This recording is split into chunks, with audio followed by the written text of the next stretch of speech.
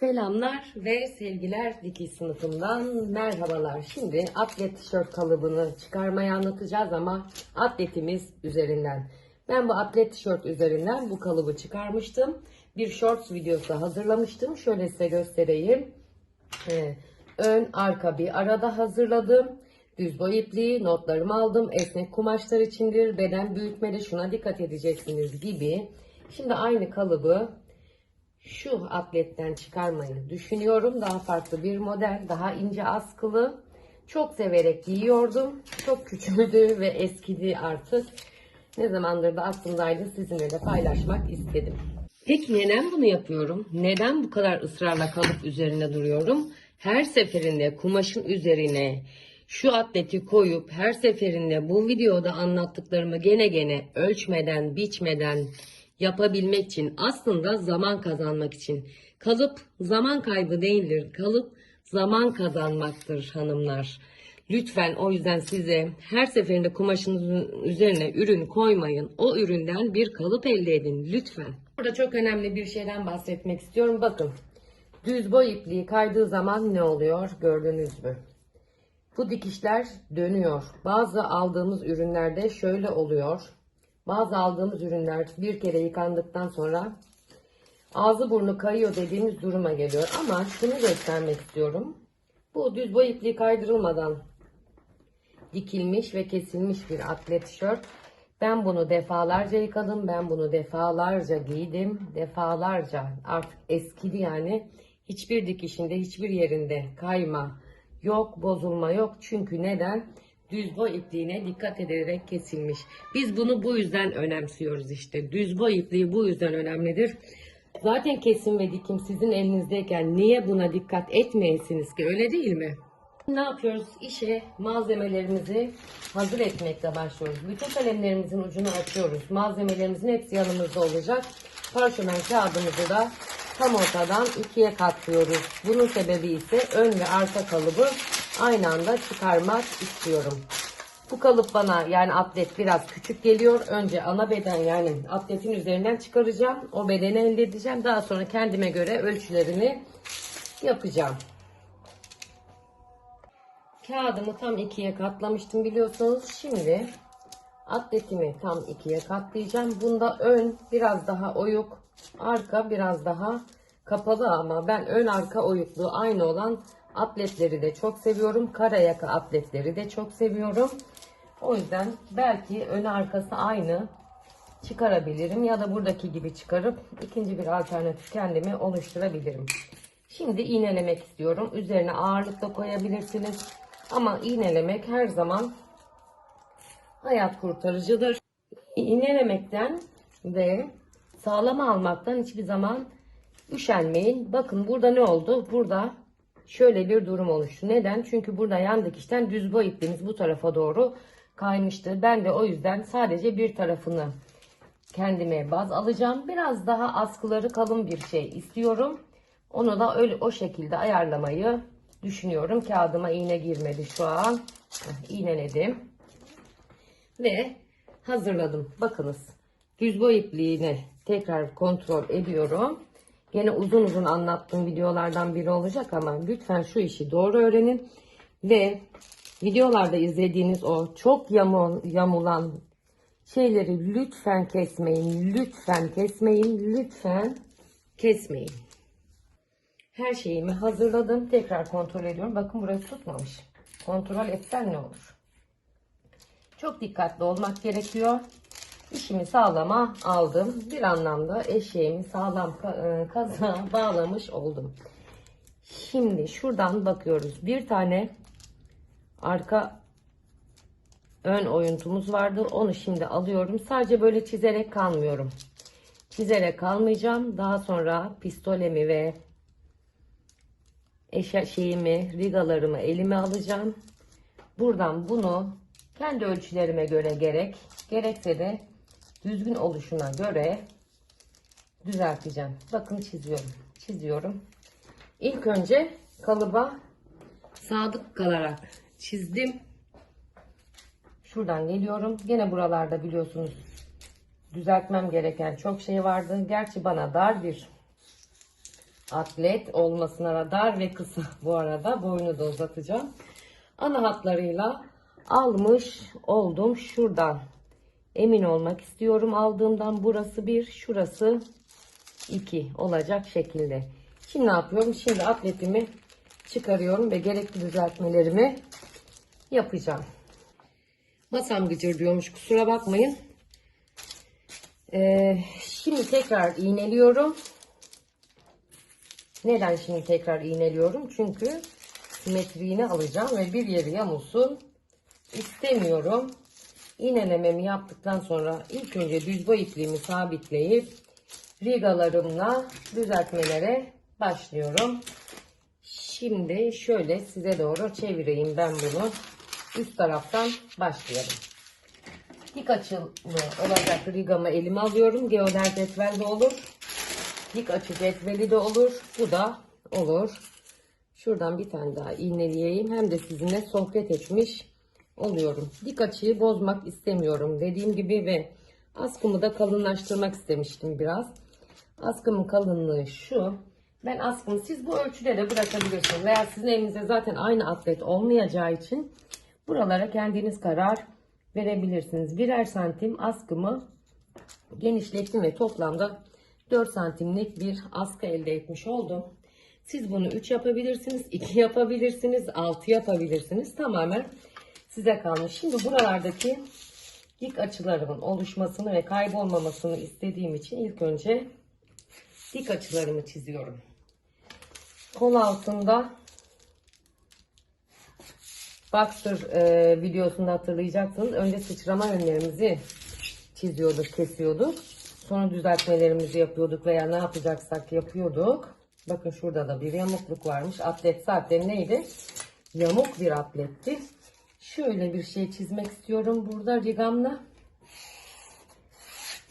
Bunu da düzelttikten sonra gelelim kol oyun kısmına.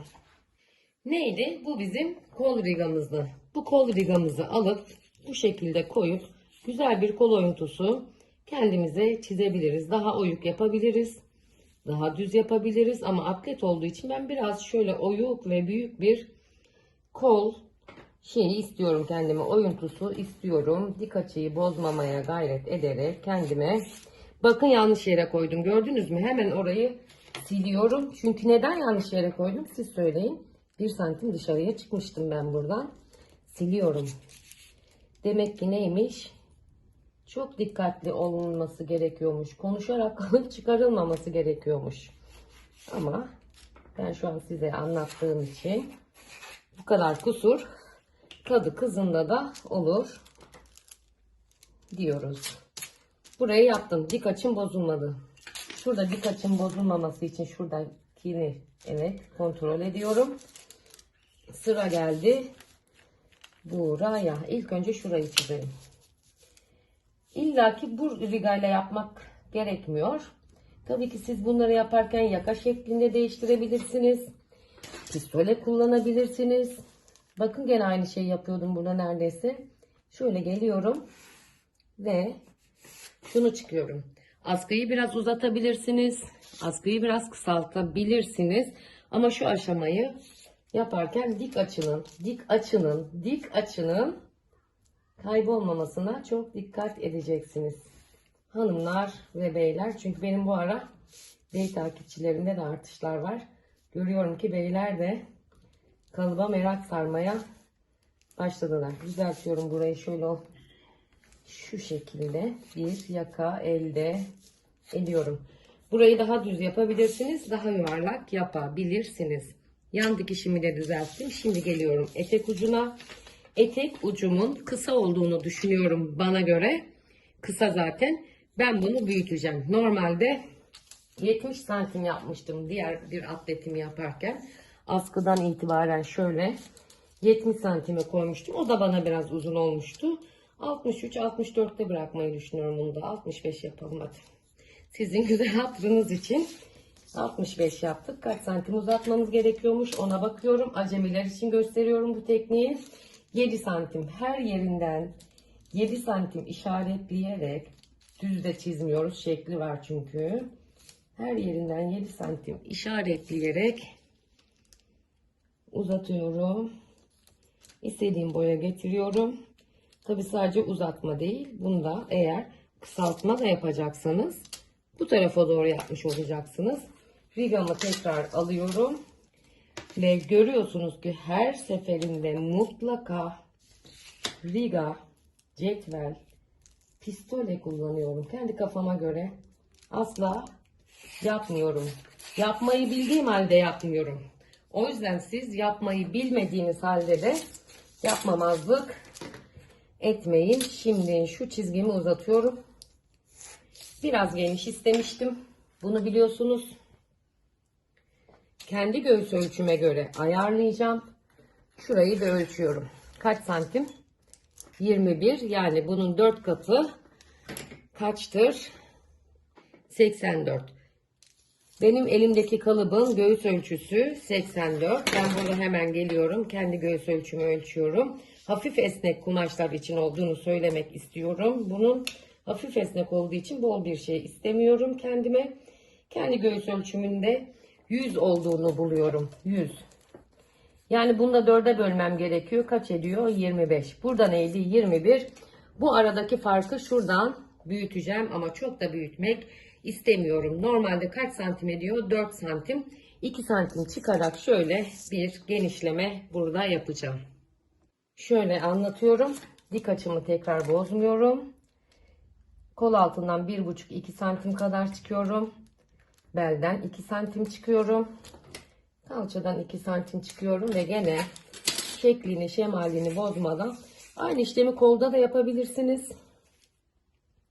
Kol altında da yapabilirsiniz ama ben kol oyuntusunu ve yaka açıklığını sevdiğim için bu şekilde kalsın istiyorum ve iki alternatifli olarak kalıbımı çiziyorum. Yani birinci alternatifim, ikinci alternatifim bir anlamda kalıp serilemiş de oluyorum.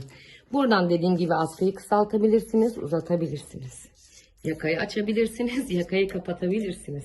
Kare yaka yapabilirsiniz, yapabilirsiniz. Şimdi sıra neye geldi? Şu benim diğer kalıbımdaki gibi. Şuradan göstereyim. İşaretlerimi, sembollerimi ve yazılarımı yazmaya geldi. Onları yazıyorum şimdi. Siz de benimle birlikte yazın ve çizin lütfen. Burası ön arka ortasıydı. Hatırlayacaksınız. Aynı zamanda da düz boy iplikti. Ben bunu katlı halde şimdi keseceğim. Kestikten sonra çizgilerimi çizeceğim. Ve son kontrollerimi şu an yapıyorum. Rahatlıkla şöyle bakıyorum, döndürüyorum. Dik açım kaymamış. Ölçüm gelmiş. Şuradan gene şöyle bir kontrol edeceğim. Bakayım ben burada ne yapmışım. Bakın şöyle bir genişleme yapmışım ve bu bana zaten yetecek. Çok da kilo almamışım yani. Şimdi iğnelerimi çıkarmadan kalıbımı çift kat halde kesiyorum. Neden bunu iğneledik? Simetrisi kaybolmasın diye iğneledik. Kaydırıyorum. Pardon, kesiyorum, kaydırmıyorum. Elim kağıdın üzerinde daha sık iğneleyebilirsiniz sizler. Kavisli bir yan dikiş oldu burada. İsterseniz tabii ki siz gene bu dikişi dümdüz indirebilirsiniz. Bakın ilk önce oyuntusu az olan yerden kesiyorum. Keserken de bazı eğiklikler düzeltiyorum. Buradan bunu çıkarıyorum. Geliyorum. Döndürüyorum. Aslında çok basit, çok keyifli. Kalıp çıkarmak son derece insanı rahatlatan bir terapi gibi de aynı zamanda, bundan emin olabilirsiniz. Numune dikişi elbette ki yapacağız. Onu da sizlerle paylaşacağım. Bir sonraki videonun konusu olsun o da. Çok uzun olmasın videomuz. Mutlaka kalıbımızdan emin olsak bile bir numune dikişi yapıyoruz ve baz kalıbı, yani ana kalıbımızı elde ediyoruz. Şimdi iğnelerimi çıkarıyorum. Niçin iğnelerimi çıkarıyorum? Bende böyle bir yaka vardı. Ön arka farklı. Bunu bu şekilde de ön arka aynı kullanabilirsiniz. Ama ön oyuntusu farklı, arka oyuntusu farklı da kullanabilirsiniz. Onun için de şimdi ne yapacağım? İlk önce düz boy iplik çizgimi çizeceğim. Sırtımın daha oyuk olmasını istiyorum. Yani sırtın daha kare ve daha açık olmasını istiyorum. Bu benim düz boy iplik çizgim. Aynı zamanda önü ve arkayı ayırmış oldum. Daha oyuk istediğim için burası benim ön kalıbım olacak. Yazıyorum. Burası da arka kalıbım olacak. Bunu da yazıyorum ve şimdi bakın ne yapıyorum. Arkayı daha oyuk istediğim için buradan alıyorum. Şuraya doğru kesiyorum. Aynı da yapabilirsiniz. Bakın defalarca söyledim. Buradan geliyorum. Benim atletimin kumaşı hafif esnek bir kumaş olduğu için, esnek bir kumaş olmadığı için üzerine mutlaka notumu alıyorum. Ben bunu neyin üzerinden çıkarmıştım? Şimdi de sıra notlarımı yazmaya geliyor. Önce bir adımızı yazalım. Sibel. LB'den. Bakın bunlar önemli şeylerdir. Şimdi gelelim notlara. Not. Hafif esnek kumaşlar içindir. Boyu 5-7 santim arası uzatabilirsiniz. Büyütme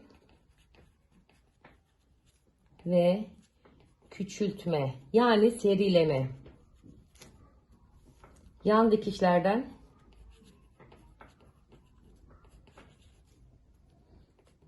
kol oyuntusundan, etek ucundan ve yakadan yapılacaktır. Şimdi bakın bunları da yazdım. Bir şey unuttum mu? Bakıyorum bence unutmadım ama emin olun illaki unuttuğumuz bir şey de oluyor. Bunu daha sonra dikerken keserken kalıbın üzerine notlarla devam ediyorum yapmaya. Şu atletimi, küçük atletimi üzerine koyuyorum. Bakıyorum ne yapmışız. Şöyle bir kontrolümü yapıyorum. Tabii penye yani şu elimdeki atlet çok yamulmuş bir atlet olduğu için ben bunun düzgün, biraz büyütülmüş, biraz da uzatılmış kalıbını elde ediyorum. Şimdi dediğim gibi bir numune dikiş yapacağız. O da bir sonraki videomuzda bizlerle olacak. İnşallah beğenmişsinizdir. İnşallah yaparsınız.